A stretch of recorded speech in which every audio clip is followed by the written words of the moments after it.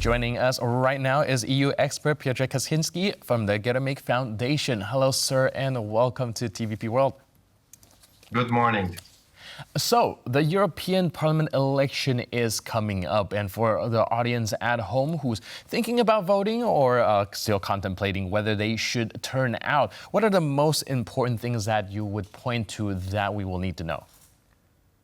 Well, every 5 years, the European citizens, and this is a big number because there's about 450 million of us, so every 5 years, European citizens are asked to cast a ballot to vote for European elections, not for local elections, not for national elections, but for European elections. So this is a collective question that is put to the Europeans. What kind of Europe do we want? And what kind of way do we want to see for Europe in the next 5 years? And in 2024, the big two questions are, one is on security and the vision of security, European security architecture 5 years down the road. And the second question is how to react to the 5 years that have just ended and the green revolution that we have seen over the last couple of years, that was voted through, that was adopted, and now it will be implemented in the coming years. Especially since we do observe that the political landscape in Europe is changing. So when we zoom out, now, for instance, several German parties launched their campaigns for European Parliament elections. And the key themes, of course, included war in Ukraine, as well as the rise of far-right nationalist parties across Europe. Now, for instance, in Belgium, Belgians are electing MEPs, and the far-right party of Vlaams Belang, which advocates for instance, Flemish independence, is gaining prominence.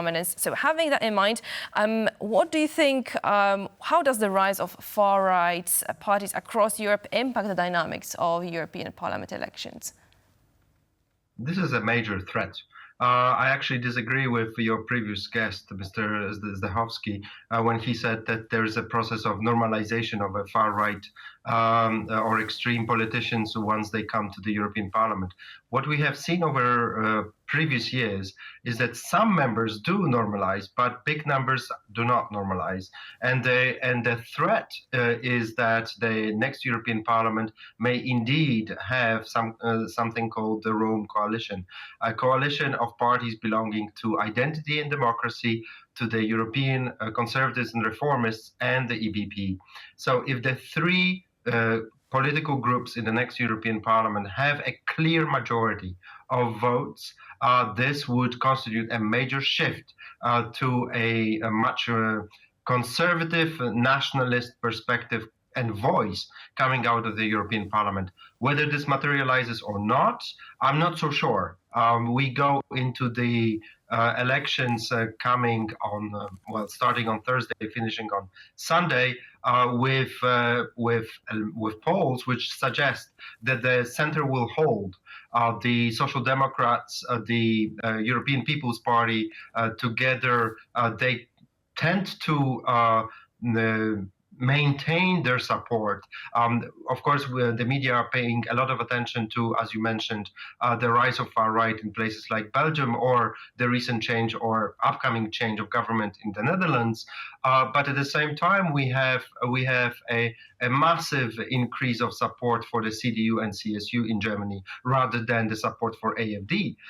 We have a big hike for support for a left-wing social democratic movement or member of the European Social Democratic Movement in France. Not only Marine Le Pen, it's simply weakness of the party of President Macron, but it doesn't mean that everybody else who's not voting Macron in France is voting Le Pen. There's the Social Democrats there. So there's a number of places where this containment of the far right is performed in a way, similar way that the polls did in 2023 on 15th of October, when it was a coalition of EPP, SND, and Renew and other members who together stopped the nationalist government, previous Polish nationalist government. So like you mentioned, this is going to actually be a very pivotal election going forward, depending on who forms the majority coalition. It might dictate the direction of the European Union going forward. However, in the past few cycle of these elections, we usually see that people are less enthusiastic to vote in these parliamentary elections as opposed to their own national elections. And well, during the past few days, we have observed different countries with kind of different perspective when it comes to how important it is to emphasize these elections. For the whole entire European trend, where do you think that is going? Do you think that people are still focused more on domestic policy, or people are starting to realize that foreign policy is also a very major point when it comes to domestic? I think we have seen this already 5 years ago. 5 years ago, the trend, as you call it, that was long-term diminishing trend of diminishing support for voting has switched. 5 years ago, the the turnout, European collective turnout, was at 50%, which was a rise from the previous 5 years.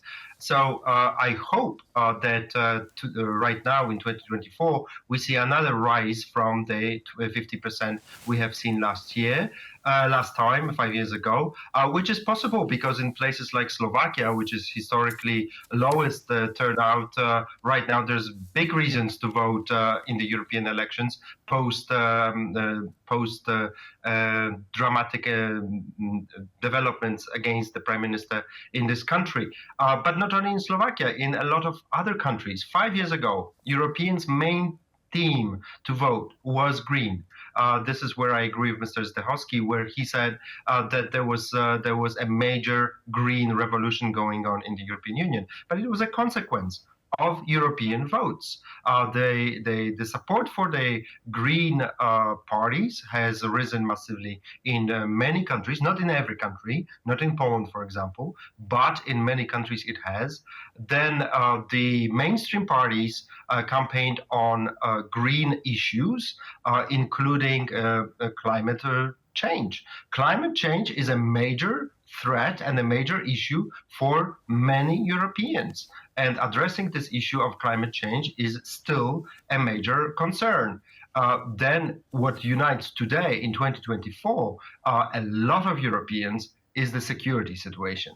So Europeans, in my mind, are usually smarter than the politicians, and they do realize that certain answers can be provided only at the European scale, not at a national scale. So even if we have national politicians campaigning for a seat in the European Parliament, at the end of the day, great majority of European voters will vote European way.